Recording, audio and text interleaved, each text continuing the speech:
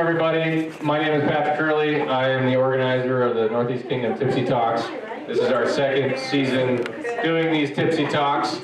Our first year doing them at Jasper's.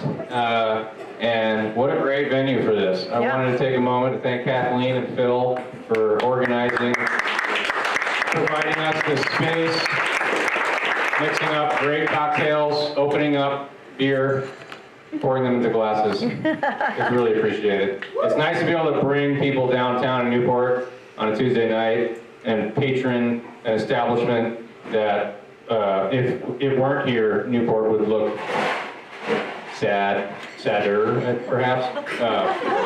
But this is all an effort to make Newport lively and bright. And so we love doing it. We really enjoy getting people out of their house and meeting neighbors and strangers and hearing tales of their lives. The seemingly mundane, but fascinating when you really boil down into it. So tonight we have two speakers. We're going to hear from Randy Knaggs over here first. Randy is a resident of Westmore, and he's going to tell us a tale entitled Sketchy Old Man Living as a Parkinson's Neighbor. So, without further ado, I'm going to bring Randy up here, and we're going to hear some fascinating stories. So, let's give him a round of applause.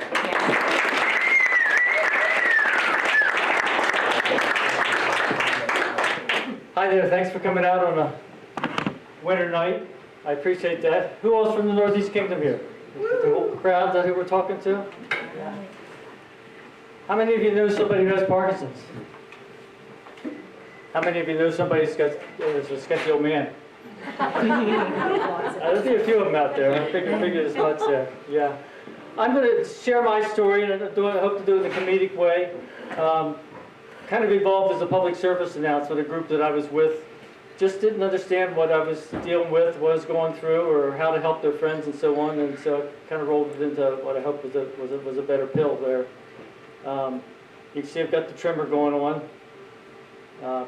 Pretty good. It comes exacerbated by low blood sugar, tired, or anxious. So this is the butterflies talking right now. It dances around like that. Can you guys hear me if I don't have the speaker? No, not so well. Not so well, dang. Well, I guess I'll start right in. I used to run an outdoor program for Marlboro College down at the bottom of the state there. I enjoyed it, loved it a lot. One spring, just regular work for me. I had an ice axe come out of my hand while I was using it, and then a whitewater kayak paddle came out of my hand while I was paddling. And then the hammer. And I'm going, oh, what's going on with that? And I also noticed that as I pull into the eddies or stop after a long day, my hand was shaking a little bit. And I figured, well, that's fair. I've put 50-some years on this body, and I've used it hard. Maybe that's what happens here. Was curious, but still didn't know what was going on. A little while later, I got a rowing shell, and I was all gung-ho. I picked it up at the yard sale and thought, this is going to be a blast. And I got out there on the lake, and I'm trying to row straight, and I'm doing perfect quarter-mile circles. It was pretty convenient, but it wasn't what I was trying to do. So it sort of made me wonder what was going on there. My partner noticed about the same time that when I was running, instead of swinging my arms were staying steady. Something was adding up. Fatigue came in, had a mess going on that way. Retrospectively, I could look back and say I had Lyme with Parkinson's underneath it.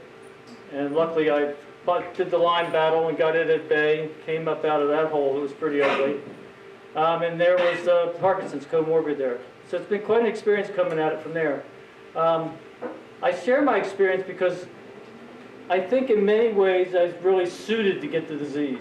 Not prone to, but just that I had an open mind to do workarounds around things. I had physicality, I practiced Tai Chi, I had good balance and dexterity and stamina. All things which I'm needing desperately as I go on into this passage. So it's been a little over 11 years since I was diagnosed. I was 54 then, and the initial progression was right away put you on drugs, do a bunch of things like that to address the symptoms. There's no cure that we know of. We don't even know the cause yet. So all those were parts that we had to wrestle with. Most of you know what a Parkinson's patient looks like. You probably have a stereotype or or a picture of Michael J. Fox in your mind there. A little hunched in the shuffle, a little slur, maybe hands moving around. Slurring is another one that comes in, and then there's a whole a la carte menu of different symptoms and so on that come along. I want to plant this right now. Half of those in a progressive patient are because of the medications they're taking. So when you go to try to take care of yourself, it's kind of double or nothing. You up your challenges that much more there. So it's really great if you can just stay physically active. That we have proven slows things down. Don't know what it does, but it works. So staying active and helping any Parkinson's friends stay active is going to be a really good thing to do there. Those therapies, keeping them limber and so on. That's challenging because you've got this thing going on 24/6. I'm struggling to maintain body weight because I am moving all the time. It's like doing isometrics around the clock there. Yeah. There'll be more. We'll come back to that. Sketchy old man. I had 3 sons. Proud of them. They're all like this to me now. I'm the little guy. One of them was up at St. Lawrence going to school, and he got behind in his studies and said, well, why don't you come up and visit me? I can't come home all the way down. I got to write a paper and so on. So we went up for the weekend, and wasn't much going on. A pretty quiet campus. I figured it'd be easy to get a room up there. I didn't know there were 5 colleges up along the St. Lawrence there around Potsdam and so on. And I get up there, and this one had homecoming, and this had fall foliage, this had that. All rooms were sold out for 60 miles around me. And I was ready to camp, and it was sleet and freezing rain coming down, and I thought, that's not going to do it. And I said, Lana, what can I do? He said, well, let me check. He says that one of my dorm mates said you could stay in their room. I didn't know that they were co-ed dorms. So, a little surprised when I came in and the bed was there and it was piled up with little stuffed animals and the little doilies and the curtains and so on. We had fun hiking and doing a bunch of things there. Came back one day after a long day, good hard day, so I was a little bit tired, a little bit shaky. And I'm in the restroom, finished up, brushing my teeth, doing something, and I see through the mirror, I see a door open up and this girl's face come in and go, I think, well, I better finish up here, I suspect. So I went out, walked down 2 doors and went to bed. Didn't think anything more about it. And then my son reported that a week later they had a special dorm meeting where they had security problems. There was some sketchy old man around the dorms. And we're going to have to change all the locks. There'll be a new guard. And we need security better than that. And my son had to go, that's my dad. So that's where I got the sketchy old man name to start out. It was probably evolving initially anyway. I was chosen with a couple of other staff members to give the commencement address to the students as they were coming in Marlboro College. And Marlboro's small, 300 folks, so it's not real large, but it's still butterflies and that sort of thing. And I got there and I was just starting to have the Parkinsons and my hands are dancing around. I've got the mic to hold on this time. So I'm like, what do I do with these? And put them in my pocket. Oh, no. I said, no, that's not going to work.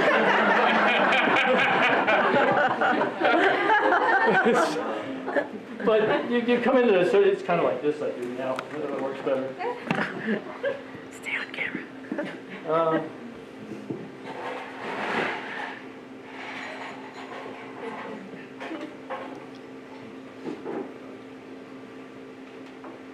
I gave you what the 3 problems were coming off of that.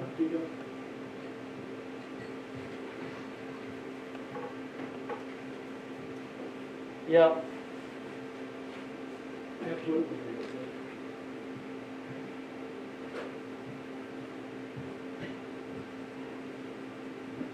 It's kind of like looking in the mirror, all the frozen faces, what's coming next. That's kind of what's going on in my head right now. Parkinson presents in a bunch of different ways. Part of it's the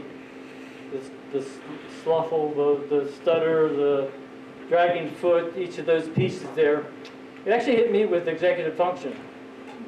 I was able to keep running the program for another 6 years, 7 years, but I would find my head would get like in a closed loop. Did I check that carabiner? Did I bring the first aid kit? Did we already do such and such? Is it there? I had in every case, but I no longer could track it myself. And that's one of the things to think about with anybody who you run into who's dealing with Parkinson's. There's the presentation, and then there's that a la carte menu that's coming along that's going to complicate things as it progresses. In some ways, it can even be kind of a gift, I'm finding at this point, with meditation and Tai Chi kind of thing. You set your intent. I have to be mindful that way. One of my common mishaps that my partner Debbie hears, she'll hear from the other room, and I've got stuck in my clothing again. You wouldn't realize how delicate a process it is. When you put your hand into a sleeve of a coat, you feel for where the least resistance is. Guide your hand in. And I don't have that anymore. Really? Kind of silly thing. The other one that is pretty common for Parkinson's patients is it's like your right and left hands don't know each other anymore. You go to work the two together, because literally what's happened, like right now, my head's saying at rest, and this hand's at rest, but this one's getting a stutter step. By the time the symptoms showed up for me, 2/3 of my nerve cells were dead. Luckily, nerve cells are big, long, stringy, gangly things, and they can sort of sublet into there. But of course, they're down by a whole bunch right there. So something like your vagus nerve that's doing all the automatic function. We're going to digest some food. We're going to keep your body temperature right. Keep breathing. Oh yeah, we should keep the heart pumping. Maybe we should make so it's down by some. So as it starts getting overloaded, fainting, dizzy spells, balance spells, all kinds of things start happening. And you don't know what the roll of the dice is going to do. It just comes through like that. I settled in, and like most folks who get a diagnosis like that, got pretty depressed. And that list of what I couldn't do or wasn't going to be able to do or probably wouldn't dream about of having done wasn't going to happen. And I've always been an optimist, and I thought, well, this sucks. I don't want to be on the couch moaning for myself. And I flipped it around and started figuring out what I could do, what I could look forward to, or what I could do now but not do later. So really made a bucket list sheet. One of the first things I did, an opportunity came up to go down the Grand Canyon. And so right after diagnosis, I went and rafted down the Grand Canyon. Figured it out. It looked a little different than the other guys. You row your boat, big strokes. And the guides, of course, had legs and arms bigger than my waist. So just follow me. Yeah. Get about a ton of gear in your raft. I'd have to literally get the oars and the whole body up off the ground and then fall back with my body weight to get the oars to move right. And then added into that was stroke, stroke, stroke, stroke, because one side was weaker. Remember it's going in the circle? Yeah. That's what came out of that. I found out that one side was off. It wasn't actually that it was weaker, and neither was it that my grip had gotten less effective for the kayak paddle, the ice axe, or the hammer. It's that the calibration was now off. I thought I was squeezing it. Thought I was carrying it like a death grip on that kayak paddle when I was in the big water. But it was actually a real loose grip, and I had to recalibrate that. Same thing happened to my voice. I'd be someplace and I'd be going, excuse me, could I? And they'd look at me and say, did you say something? I thought I was going to disturb the room and actually was not hardly being heard. And literally now, after doing some voice therapy, which I highly recommend for anybody that falls into this adventure, helps you learn to calibrate again. And that's what we kind of discovered for me. I have to, if I'm in a conversation at a table or a room, or even at home, I have to think about my teaching voice from before, which was quite a broadcast. And of course, what I feel like I'm doing right now is just like really shouting at you over the wind.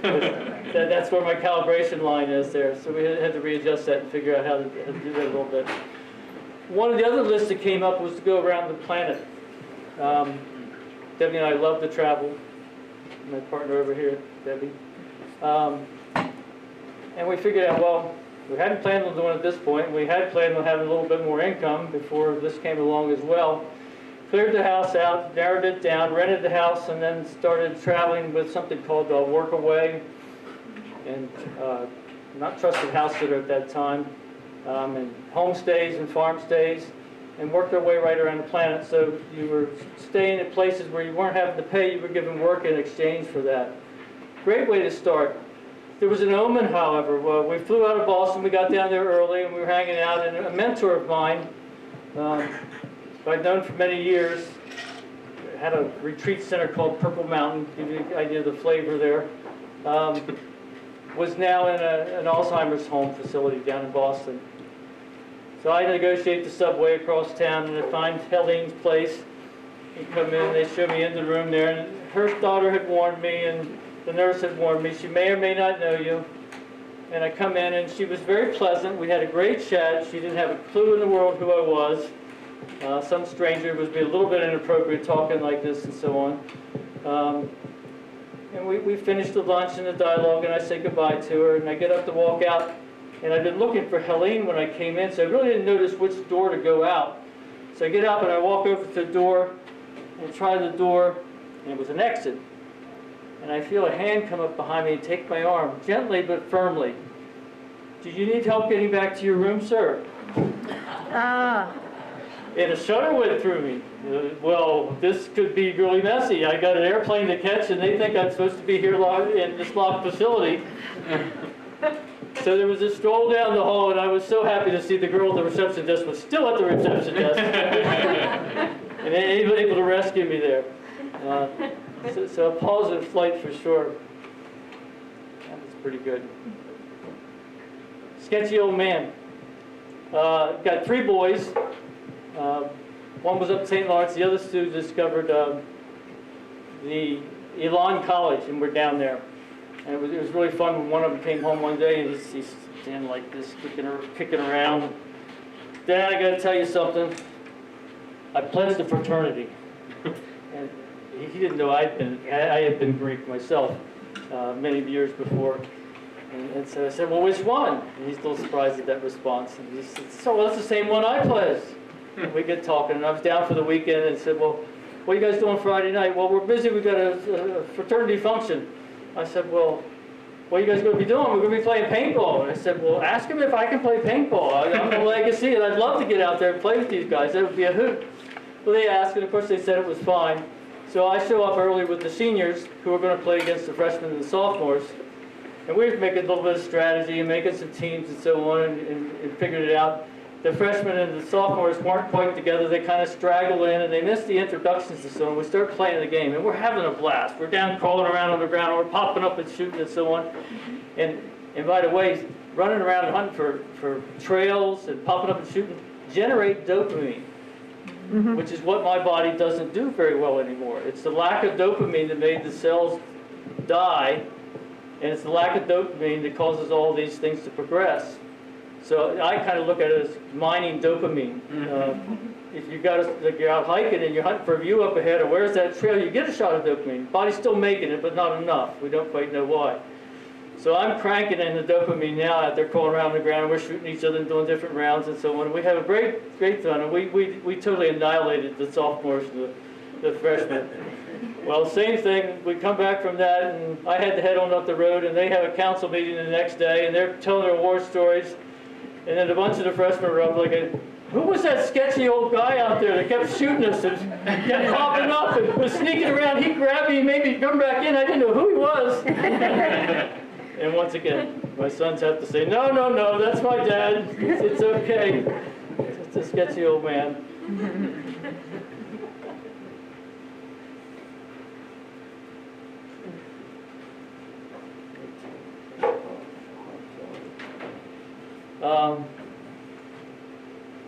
It comes home too, though, in other ways, the sketchy old man. You guys know Front Porch Forum? Oh, yeah. What a great place for picking up things. We've got a camp down in Woodbury, and we're retrofitting it. And of course, you're figuring out how to make things work and get water up high and maybe get some hot water and simple, important things like that. And I see in there that Joe's Pond, somebody's tearing down a house. They had it leased out for the summer, and right before the end of the summer, they had to put a new pump in to honor their lease for the person who's there, and they're going to destroy the house. I didn't know how tight it was going to be for destroying the house, and I get my information together, and I go down and find a place and meet the lady. And started taking things about, and then found out that she was wanting to salvage some lumber too, and didn't have any tools. We were pretty green as far as that, so I help her out with that. And literally, as I get the last thing, the excavator comes in and starts munching the house apart and putting it in the dumpster. Well, I'm exhausted from having come down that far and done this extra work and so on, so I go into Joe's Pond looking for some food. I'm hungry, I'd gotten wet, I was cold, and I was tired. So I'm coming down the walkway there, got a little bit of a roll to my swagger here. I see a couple ladies up ahead, and they're scowling at me. I'm not sure what that's about. I get a little closer, I walk inside, and I look like I've come out from underneath a building, because I have come out from underneath the building. And I go inside, and lo and behold, they've got a liquor section. I like scotch a lot. So I stop and just see if they've got it there. And here it is, it's down low. I'm down low looking for it. And I feel somebody looking at me. And I look up, and there's the storekeeper standing there, just sure I was about ready to pocket the bottle. There's not much to say at that point, so I got up and went on back to get some food. And I'm greeted with a Visa, no credit card sign. I'm thinking, oh shit, I don't think I have anything. And I reach in my pocket for some of the change I found while I was salvaging at the place. And I've got about 69 cents, so I buy a piece of bologna and a slice of cheese and walk up my way. So they still figured it was a drunk that had crawled in and come down the road there. But I'm sure it was a sketchy old man move there at the same time. Sketchy old man comes in another way too. Talk about calibration. The same thing happens with voice and air and your digestion. And for me, it was the urgency to pee. Oh God, I gotta pee. Gotta pee quick here. And you go to figure out, well, where can I go? And you go to all these places and they say, we don't have a bathroom. And you're thinking, what's with that? You know, does the cashier not have a bladder? And what about the cook and all these other things? Which pisses you off. Then when I get angry, it gets worse. Same thing with the shirt there. If I just slide it in there, I'm good. But if I get angry, then it gets worse. You get all tangled up there with it as it goes. So that's the wherewithal that goes with most of those things.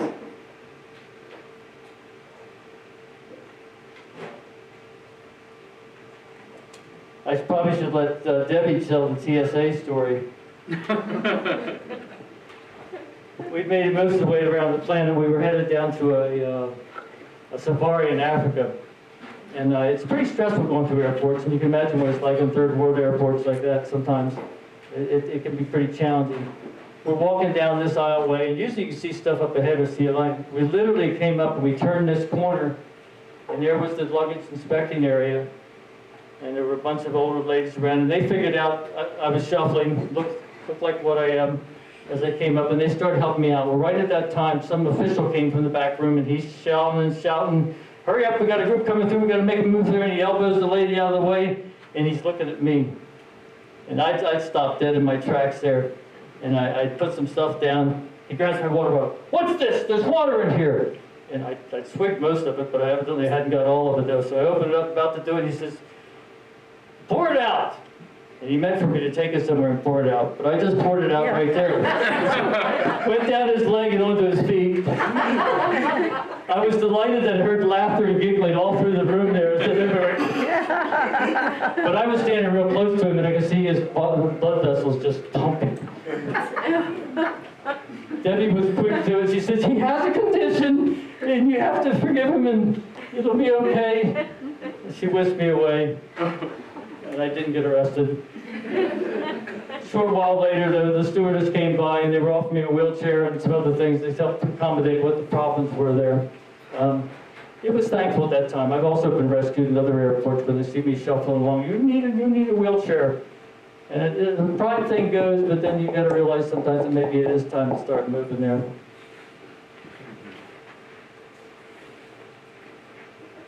I think that's about what I've got there with those. Questions and answers. I'll try to give answers. Arthur. Have you researched and or tried medicinal mushrooms? I have done some microdosing, more around dream work, and it seems like the mushrooms in general edibles and everything else help nervines. I've really learned to like trust my cravings. It feels like it does something right. Right now, there's 4 smoking guns as far as research is as to where maybe Parkinson's is coming from. Concussions has long been a theory there, and I hit the record there. I wrestled, I did all these things, I banged my head a bunch of times. Then there's chemical exposure. Regretfully, I used to work on elevators, and they had a cleaning fluid that DuPont had remarketed as a cleaning fluid. It was a waste product, but it cut off the things real quick too. We used to clean up our arms and get grease off every Friday. Yeah. It did a good job, but I don't know what else it was doing. Electromagnetic fields are the other ones. All this is doing delamination to your nerve bundles. I was in the Navy, and I slept in the top bunk around a bundle of wires about so big around, parallel to it for 3 years. That probably didn't help either, so I'm not a good study to figure out which thing happened. There's another one, though, that's really been catching my attention. When you look at a map of the world, and they show you the incidence of Parkinson's patients per 100,000, there's hardly any in Africa. They're down around 10 people per 100,000. And I'm not sure what's going on there. India is the next one that's best. The worst is Canada, with the United States right behind it. We're up at around 170 per 100,000 and 160 per 100,000.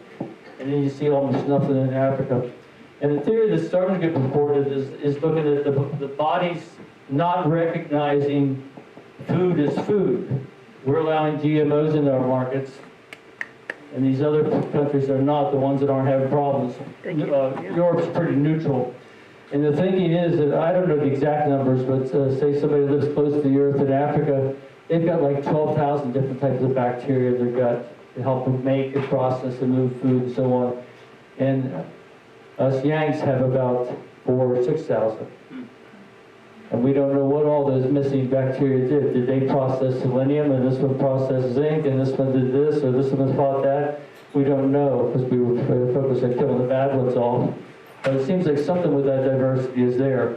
And certainly with altered products is part of what you're doing. There's 5 neurodegenerative diseases. You're looking at muscular dystrophy, Huntington's disease, multiple sclerosis, dementia, and Parkinson's. Just recently, through Michael J. Fox, we've pulled a lot of money together, and rather than being 5 different silos of information, it's all in one now. And there's a whole lot of breakthroughs that are happening because of that. And so it feels good that work is really going forward well. And maybe we'll have something come up out there. Other questions? You said you were diagnosed 11 years ago.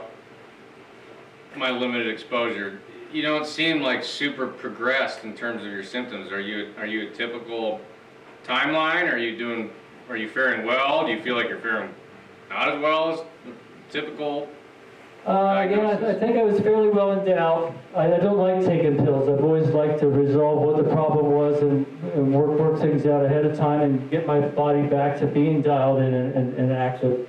So it's good that it was a hyperactive, really physical person and moving along and trying to figure things out. That served me well. I was told to take, I think it was 6-Sentiment, starting right off the bat. It's a levodopa, synthetic levodopa.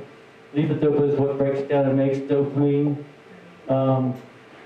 And I was on it, and Debbie and I went to the Azores, and I don't know if you've ever been there. They're volcanic islands, so they're big cone-shaped islands, so there's views everywhere. We would chuckle so when there's a pretty view up ahead. And I found that I kept forgetting to take my pills, and it didn't seem to matter. And I titrated right off of them. And so I just stayed without medication for several years there. And then as I needed to, I came back to it, so I delayed that entry. I'm now at the point where I'm moving ahead there, and the drugs are causing problems of their own with me. And I'm looking at DPS. I thought that was really big guns, but they're saying more and more now there's a sweet spot where it's better to get in there early. So deep brain stimulation, they put 2 holes in your head, and a rod goes down I've seen that. into the gland at the base down here, and then a wire to a battery pack. It gives a charge about equal to what the body generates for electric pulses when it goes out through the nerve system. So it's not that alien.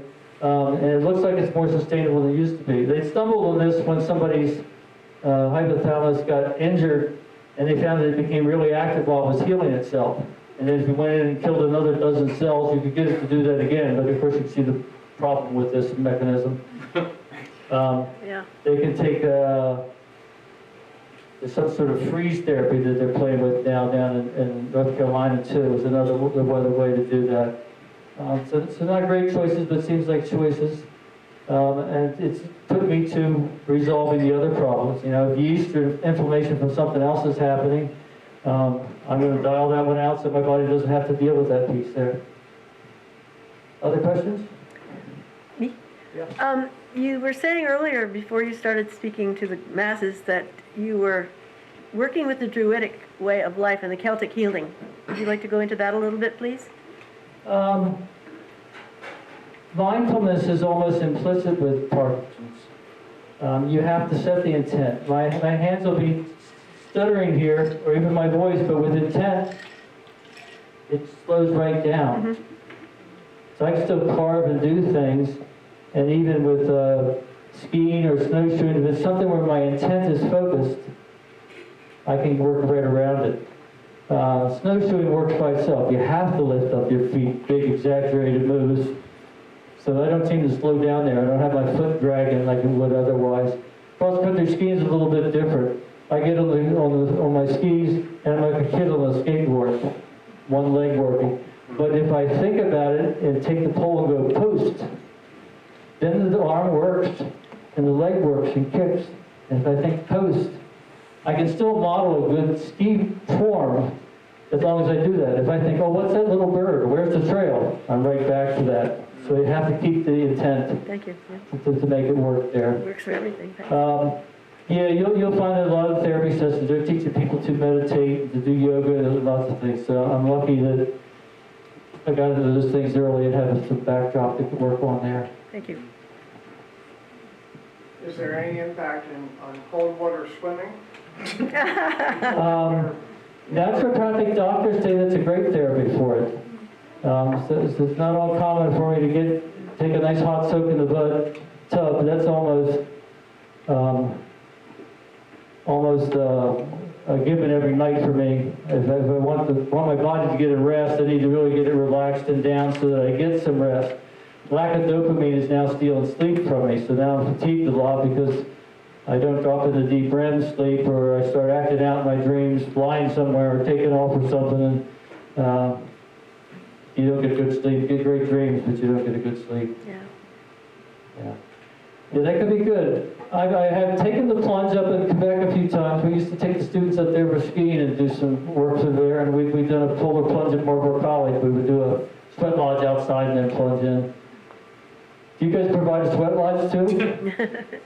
What? Do you provide a sweat lodge as well, or you just have to get straight in freezing water? Well, we cut holes in the ice and bring people from all over the world here. Yeah. And it's right in. Yeah, right in. But, but we keep swimming all fall in this whole group of cold water swimmers that swim at Willoughby and other areas, and I was just wondering whether that was something you tried. Yeah. Not as a regular. I've always been, I've been able to swim, even get my junior life savings when I was a Boy Scout years ago, but I'm negative buoyant. As soon as I stop moving, I sink. So it's never been a real pleasant thing to swim. I can manage.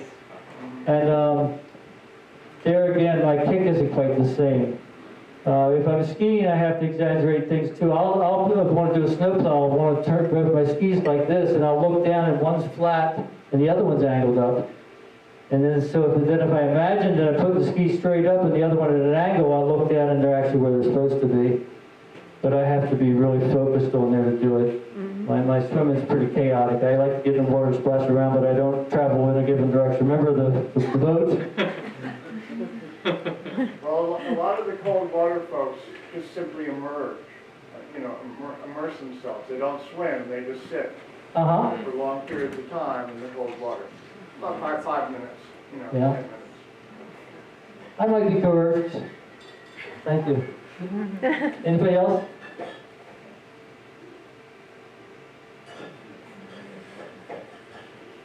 I could finish off with sharing some of the techniques that I learned when I found out it was legal to pee by the road. You stand by the car here, and there's one technique where you're looking at the Hulk up above. And nobody can tell quite where you are there. There's another one where you open the doors up and you're looking for something down around the glove box there. That works pretty good. Checking the air on the tire is another one. These are proven and tried, folks. Thank you.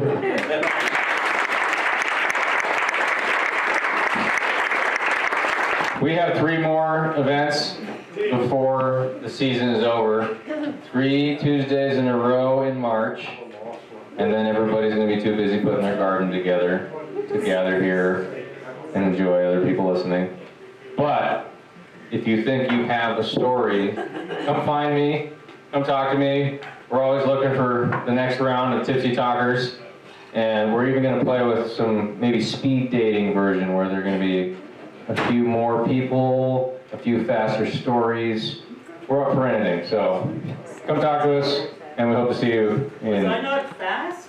That was great. I only did. We're just hearing a lot of people like, well, I couldn't talk for 40 minutes. I'm like, okay, well, if you want to talk for 10, we just got to find 5 other people. So, yeah, it just becomes logistics. But again, come talk to us, and we hope to see you next time. Thank you.